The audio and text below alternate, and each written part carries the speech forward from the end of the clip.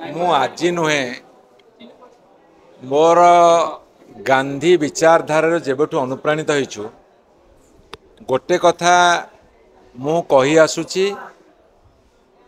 ताहा होची जे आमर भौतिक विकास माने फिजिकल डेवलपमेंट जेतिके होची बौद्धिक विकास मध्य ताठुर अधिक हवा दरकार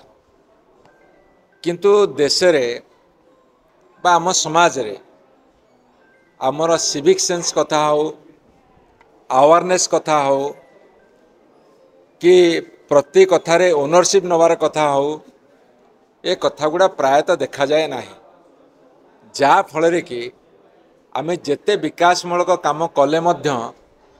तार सुफल पाइबारे आमे वंचित होचे एवं जहाँ सफलता बोली दर्शाऊचे जेहेतु समाज रे सामग्रिक भाव में गोटे सचेतनता नहीं तेणु ताहा सेतेटा फलप्रद हो पारु नाही। तेणु गांधींकर विचारधारा थिला जे आमर राजनीतिक कार्यक्रम जेतिके हब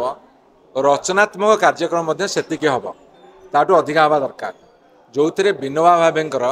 बहुत बड़ योगदान थिला। सी स्वाधीन भारतर कौन सी राजनीतिक पदपदवी न नहीं से रचनात्मक दिगरे काम करते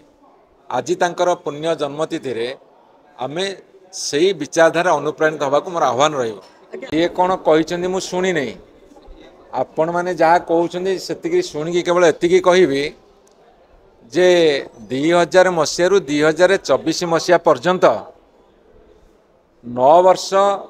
2000 रु 2009 वर्ष भारतीय जनता पार्टी विजु जनता दल सरकार सामिल थिला एवं राजस्व विभाग मध्य तांको अधीन रे थिला। भारतीय जनता पार्टी अधीन रे राजस्व विभाग थिला जोड़ा रेवेन्यू डिपार्टमेंट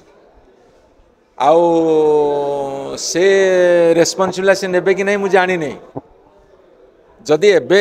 एकाकी निष्पत्ति करूछन्ती माने रेस्पॉन्सिबिलिटी लेइछन्ती से जदि समस्याटा को लोकों सम्मुखें देखा चाहूना चदर घोड़ी रखा चाहूँगी ताले तापर मु कौन अधिका कहबी किंतु एक कथा सत्य बर्तमान जिते सब बड़ बड़ कंपानी वेदांत हो आदानी हो आउ किए सब अच्छा तांको आमर जो मूल्यवान खनिज संपद जो पहाड़ पर्वत अच्छी ताकू टेकी देवाक बस मो पाखे खबर अच्छी